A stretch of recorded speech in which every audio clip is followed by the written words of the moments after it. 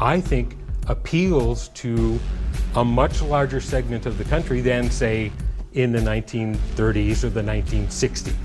And so are you a tender man? I hope to be. Are you tender? I think I am, but a better judge of that would be the people who know me best. Right. My spouse, my daughter, my... So does your wife think that you're a tender man? I think she does. She's told me that, yes. And she like that? Yeah. Women don't normally like tender men. They like masculinity. They like men who, like a Donald Trump.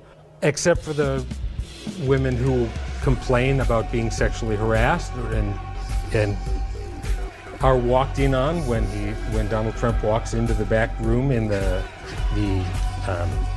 Miss USA pageant. But tender people are not powerful people. I think Jesus was tender, and I think Jesus was powerful. No, he was not tender. He was anything but tender.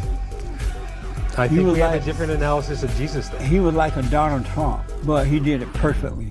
I don't think Donald Trump is even a sad attempt at imitating Jesus. Donald Trump is strong, he's outspoken, he's honest, he gets the job done in spite of oppositions that gets in his way. He doesn't mind speaking his mind. He calls it as it is. If you attack, he's going to attack back. That's Jesus. I'll agree he is forthright. He does say what's on his mind. Yeah, isn't that cool? Well, it's different from many politicians who are trying to parse their words because saying the wrong thing could have global consequences. Those are tender men. And so are you both man and woman? Now we're teasing out the difference between masculine and male. Right. I'm male because of my plumbing, although I could be lying about that, and you have no idea what my plumbing Especially is. Nowadays. Right. But am I masculine? I try to be caring, I try to be responsible, I try to be adult, I try to be engaged and enthusiastic and thoughtful and tender and sensitive and all of those things. And I think women are that way, as well as people who don't share a gender binary at all. That's amazing to me. And are you happy being that way? Oh yeah. my life is better. I support the feminist goal because it's the right thing to do. Women ought to be treated equally. Also, the benefits that come to me because women I care about get treated well. The benefits that come to me because friends who are women and colleagues get promoted too. The benefits that I get because my relationships, both with men, because I can be close with another man, I could walk hand in hand with him, and I'm feeling an incredibly close and good connection, but I'm not worried about somebody saying I'm gay. I don't think you're gay, but you seem to be more woman than you are man. Have you noticed that? Yeah, I disagree. But all of your qualities are that of a woman. You don't have any manly qualities. And you don't even seem to know what they are. Oh, I think I've heard what goes inside the man box all my life. Tony Porter has talked through that. Oh my stars. I've heard what it is to be a man, and I've rejected a lot of those. When it comes to masculinity, this is Robert Jensen said, when it comes to masculinity, I'm more of an abolitionist than I am a reformer. Amazing. That's a piece of what I'm expected to do. No, when you feeling that way, that at the time when you're hanging out with your buddies, and you're like, man, I sure would like to do Sally Lou up. Wow, she's fine. Was that your desire to control women?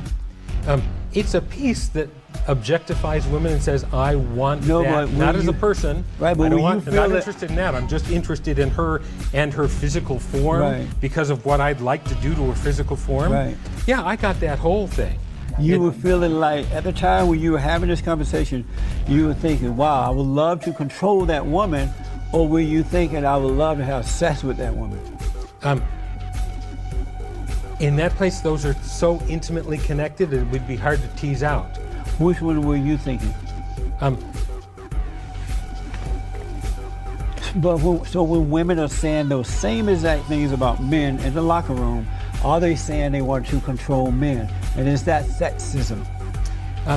The disempowered group, whatever that group is, always has strategies, tactics, methods to try and either preserve their lives, preserve their jobs, try and get ahead, kind of work within the situation. Give me a yes or no. When women are having locker room talk about men, how they want to get with them and rock their world and do that, are they saying they're trying to control, they want to control men? I think Yes or no? I'm black and I'm slow, so you have to give me a yes or no.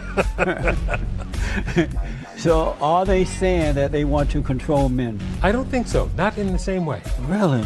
And is that sexism?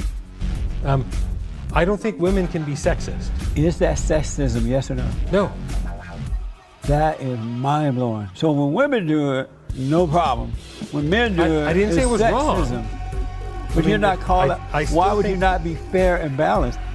The difference in power in the social structures, But I they're think, not, they're not requires a in power. different language.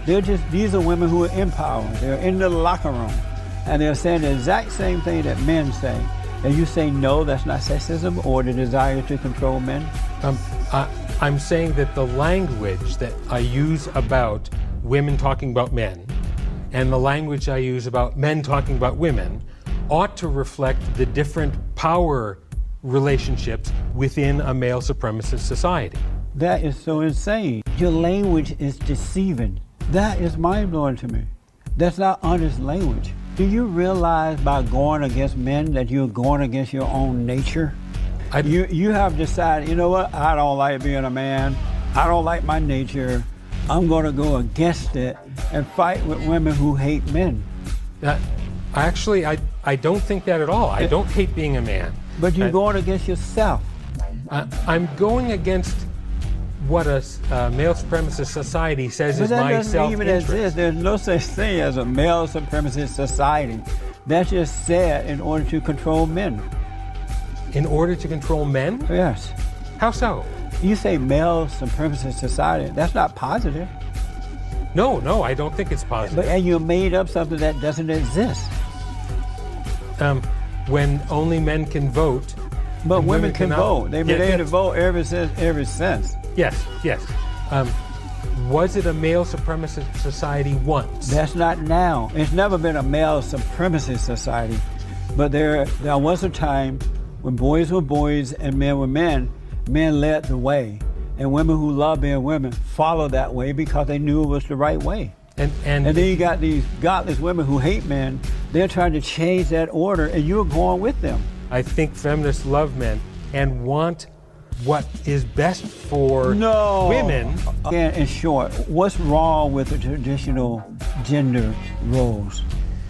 I think that traditional gender roles constrain, they stymie, they restrict what any human being ought to be allowed to do.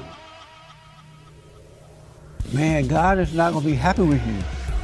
Apparently not. You're rejecting God. You're rejecting your own identity. He's not going to be, hold on. Yes, he's not happy.